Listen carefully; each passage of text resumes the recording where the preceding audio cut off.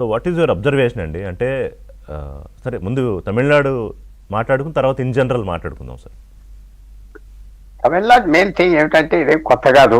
Sir అలాగ rallies పెట్టుకోవటం, జనాలు రావటం, తొక్కిస్లాట్లో చచ్చిపోవటం. మనం నిజంగా కరెక్ట్ 40 మంది చచ్చిపోయారు అది.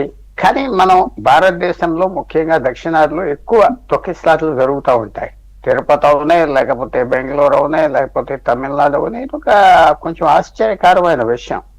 ఇలాంటి ఉత్తర భారత్లో, ఈస్ట్ భారత్లో ఎక్కువ జరగట్లేదు.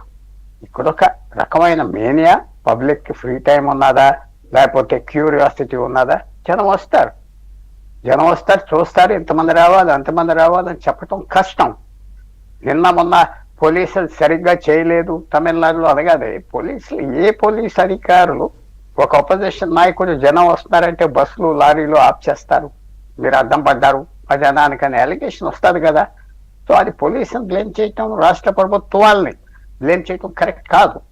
తర్వాత విజయ్ అనే వ్యక్తికి ఇంకో దారి ఏమున్నది? మన మెయిన్ ప్రాబ్లం ఏంటంటే అక్కడ తమిళనాడులో, మిగతా రాష్ట్రాల్లో మన పొలిటికల్ సిస్టమ్ ఏంటి?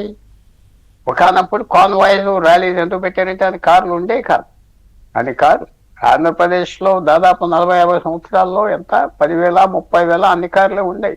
వెహికల్స్ 30-40 వేలు, ఇప్పుడు కోట్లు వెహికల్స్ ఉన్నాయి. జనం వచ్చేస్తున్నారు. రోడ్డు మీద కాన్వాయ్స్ తీసుకెళ్లి ర్యాలీస్ పెడితే చాలా సింపుల్ గా చీప్ గా అయిపోతాయి మీటింగ్స్. సో ఈవేళ ప్రశ్న ఏమిటంటే ఇలాంటి సిస్టమ్ మన పాలిటిక్స్ మార్చాలా వద్దా?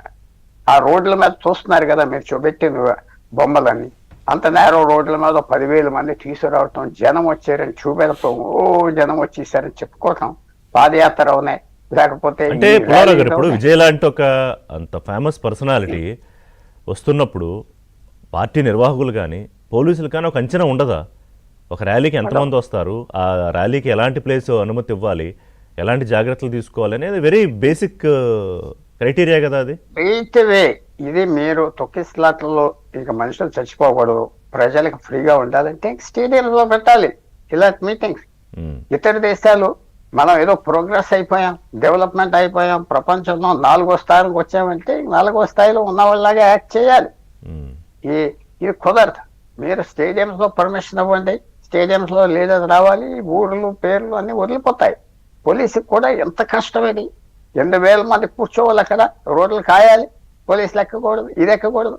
సో మనం తీసుకోవాల్సిన నిర్ణయం ఏంటంటే ఈ దేశంలో ఈ ర్యాలీలు, ఈ రోడ్లను వాడుకోవటం ఆప్ చేస్తావా లేదా? మన దేశం మారిపోయింది, ఇది చాలా కష్టం. వాళ్ళు చేయటాన్ని దేనికి చేస్తున్నారు? విజయన పెద్ద గ్రౌండ్ లో పెడితే జనం కనపడరు, ఈ కుక్కరు పోయే చోట్ల పెడతారు. అందరికి తెలిసిన సీక్రెట్. ఇది పెద్ద ర్యాలీ ఎందుకు పెట్టి ఆ ట్రాఫిక్ ఆఫ్ చేస్తారు? ఓ ఇంతమంది జనం వచ్చారా అని చెప్పుకోవటానికి కార్లు ఆఫ్ చేసేసి ఎంత. ఇది ఓల్డ్ ట్రిక్స్. ఇది మానకపోతే జరుగుతాయి. ఎంత డబ్బు వేస్ట్ అయిపోతుంది.